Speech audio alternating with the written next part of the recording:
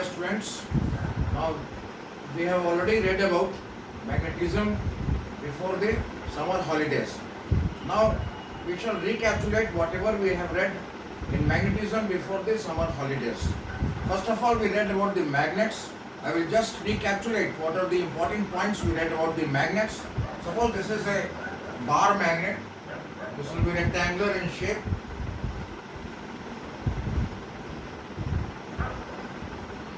If small iron filings are brought near to this, then what happens?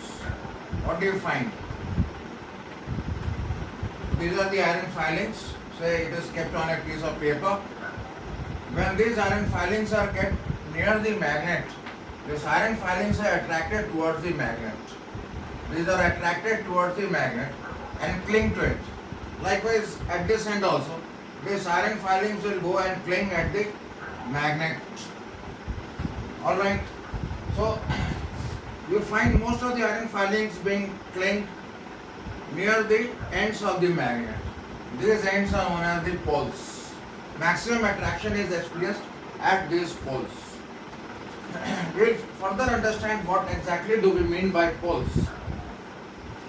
Now, one of them is called the North Pole and another one is called the South Pole. Let us try to understand what exactly do we mean by the North Pole and what we mean by the South Pole. Suppose there is a bar magnet. The bar magnet, say it is suspended at the center through a string. And if it is suspended through a string at the center, then what do you find? It will just move to and fro like this and finally become stable at a particular position. And one of the ends of the magnet will point towards the north direction and other one will point towards the south direction. The end which points towards the north direction is known as the North Pole. And the end which points towards the South Pole is called the South Pole. This is approximately north and south direction, not exact the geographical north and geographical south direction, but it is rather magnetic north or magnetic south, and that we will discuss in further classes. Now let us discuss some important properties relating to bar magnets.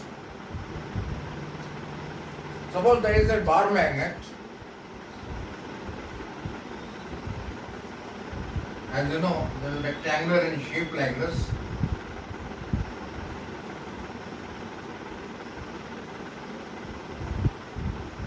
So this is the north pole of the magnet and this is the south pole of the magnet. So first property I have already discussed earlier, that is the directional property, that whenever a magnet is suspended nearly at the center of the magnet near the surface of earth, it orients itself in the north-south direction, and this property is known as the directional property. This is known as directional property. Next is the attractive property. Attractive property. This also I have mentioned in this example, that when a magnet is brought near small iron filings, then the small iron filings get attracted to it, towards the magnet. So just like iron filings, there can be other materials like as nickel and cobalt, steel, etc. It can be iron, it can be cobalt, it can be nickel, it can be steel. So when small pieces of this material is brought near the magnet, it gets attracted towards it, and this property is known as the attractive property. Next property is magnets do not occur as monopoles. Magnets do not occur as monopoles. Now suppose there is a bar magnet.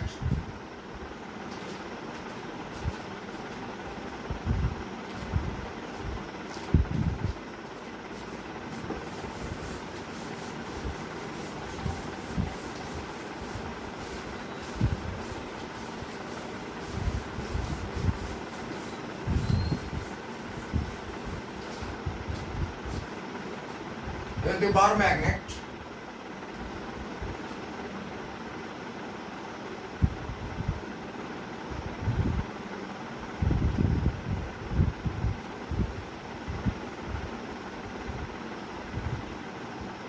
Suppose this is the north pole of the magnet and this is the south pole of the magnet.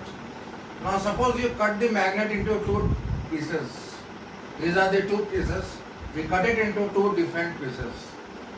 So the north pole goes on to this side, the south pole goes on to this side. So it will break like this.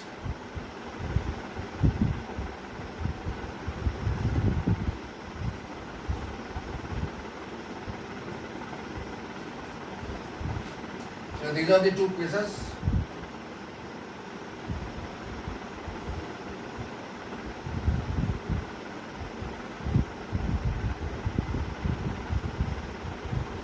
So as we see here, it is the south pole, and here as we see here, it is the north pole. It is not that the south pole and the north pole will get separated. New poles will be created, that is north pole will automatically be created over here and the south pole will automatically be created over here. Later on in molecular theory of magnets, we shall learn why this happens.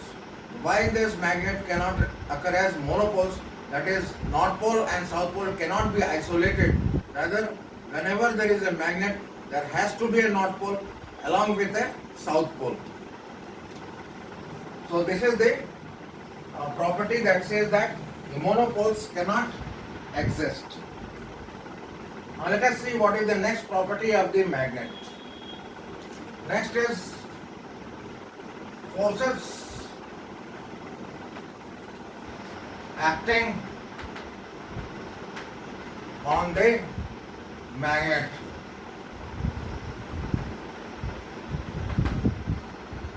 Suppose there is a bar magnet like this.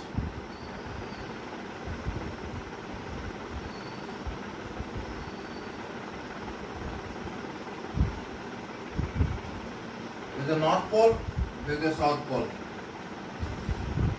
Suppose you bring another magnet very near to this magnet.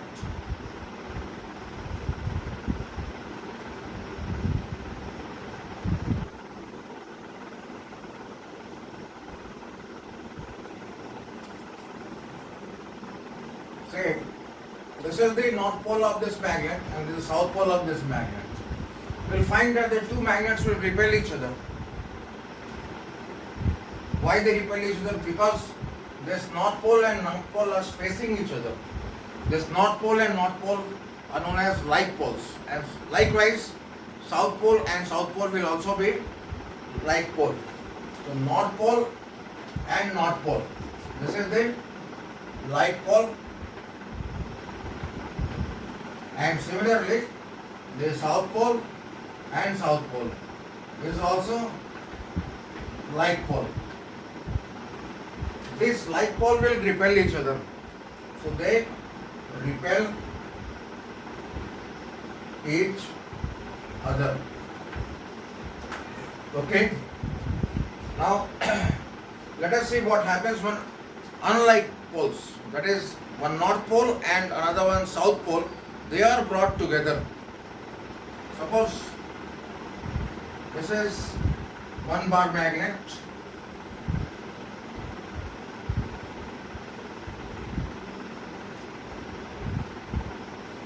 So this is the north pole of the magnet and this is the south pole of the magnet. And say there is another magnet like this.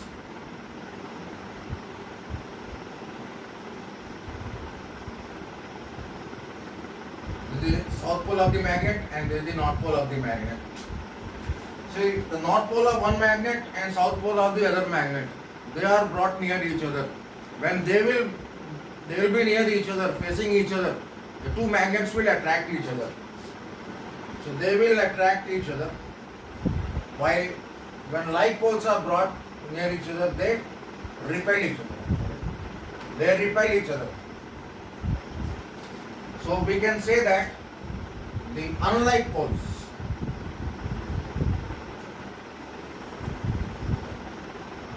repel each other. Unlike pole repel each other. So this is another property of the magnet.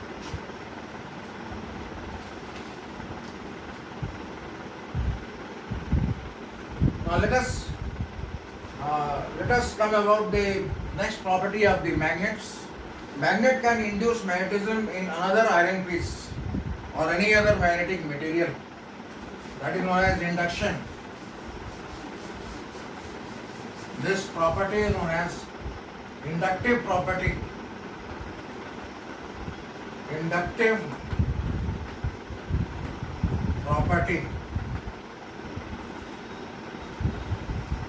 Suppose there is an iron piece like this. This is an unmagnetized piece.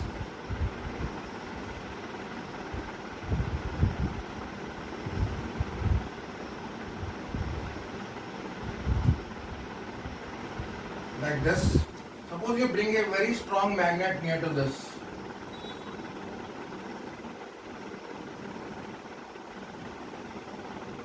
A very strong magnet near to this. So this is the north pole of the magnet. And say here there is another magnet. So south pole is in this direction. We say that a magnetic field is created inside this unmagnetized piece. When this unmagnetized piece will be placed in a magnetic field, then in course of time it may get permanently magnetized. And this property is known as inductive property of a material. So a magnet can magnetize another unmagnetized piece of iron. So this is all about the properties of magnets, and the next topic that we are going to come across is the molecular theory of magnetism. Molecular theory of magnetism.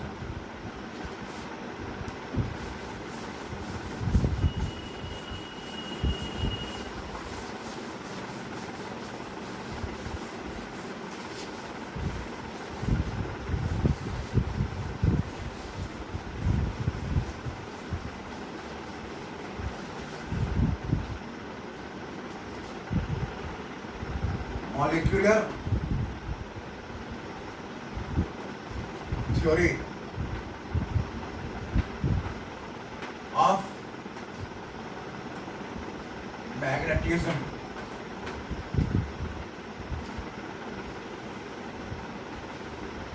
We have seen what is a magnet.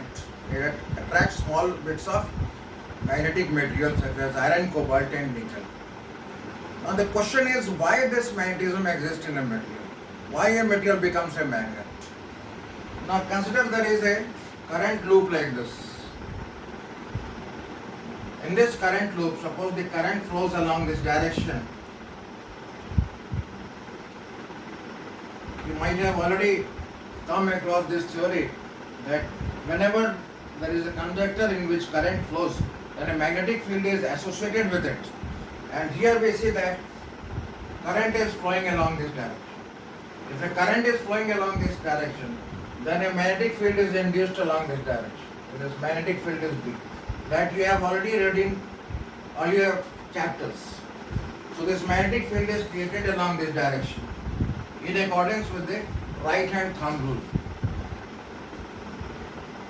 Now when this magnetic field is induced, now the direction in which the magnetic field goes away, that is the north direction, and the direction from where this magnetic field originates, that is known as the south pole.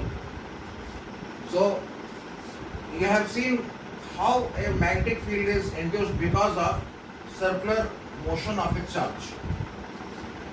Because of this, a north pole can be created and a south pole can be created. Now consider there is an atom like this. There is an atom like this, At the center of the atom, what do we have? We have a nucleus. This is positively charged. And what happens in the outermost portion? In the outermost portion, electrons are revolving. And these electrons carry negative charge.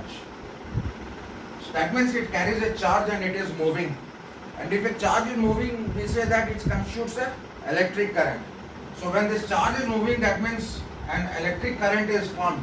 And when this electric current is formed, we say that there is a circular current loop like this. If there is a circular current loop like this, then what will happen? A magnetic field will be induced just like a circular conductor carrying current. So if the electrons are moving along this direction, so it is moving along this direction, that is negative charge is moving along this direction. So what should be the direction of the conventional current? The direction of the conventional current will be opposite to the direction of the flow of the negative charge. So we can say that if this is the direction of the flow of the negative charge, direction of the conventional current will be along this direction. For sake of avoiding confusion, I am just rubbing off these arrows. So this is the direction of the conventional current. If this is the direction of the conventional current, then what happens? A magnetic field will be induced along this direction. Along this direction. So when magnetic field is induced along this direction, a small magnet is created, and this small magnet can be said to be an atomic magnet or molecular magnet. This can be stated to be molecular magnet. Okay. Now let us come across this word, that is magnetic dipoles. What do you mean by magnetic dipoles? Suppose there is a bar magnet like this. This is the bar magnet.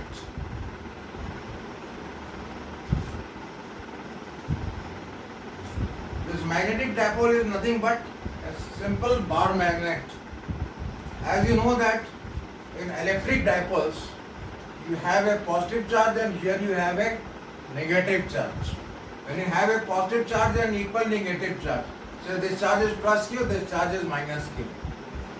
Then in that case we say that it constitutes an electric dipole. Similarly here we have a north pole and here we have a south pole. So strength of both these poles are equal. That is, they have equal capacity to attract small pieces of iron filings. So this will constitute a magnetic dipole. This is a magnetic dipole. Now suppose strength of the north pole is small m and strength of the south pole is minus m. And these poles are slightly inside the ends of the magnet. They are not exactly located at the end of the magnet, rather they are slightly inside. So distance between the two poles is called the magnetic length. So this is the magnetic length. So magnetic moment is defined as magnetic moment of this magnet is equal to 2Lm. Just like electric dipoles, the magnetic dipoles also have direction. The direction of the magnetic dipole is from the south pole towards the north pole, like this. So that is the direction of the magnetic dipole moment. So we can write it as L, that is equal to 2Lm, and direction of the magnetic dipole moment is from south pole to the north pole. Now as I have discussed about the molecular magnets, now let us come to the net magnetic moment inside an unmagnetized material. Suppose there is an unmagnetized material. So this is the unmagnetized material.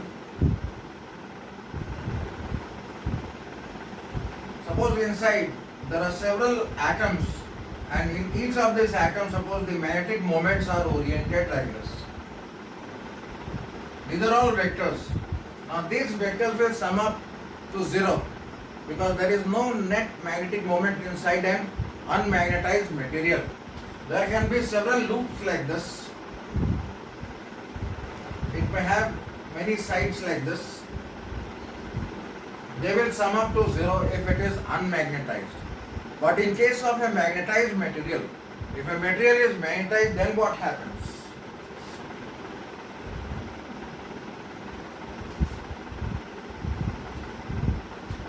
These magnetic moments are oriented in one particular direction.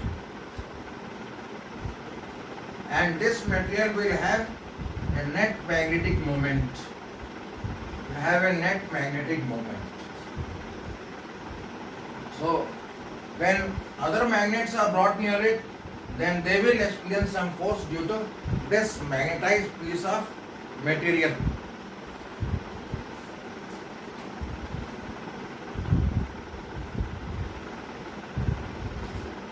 So that is all for today.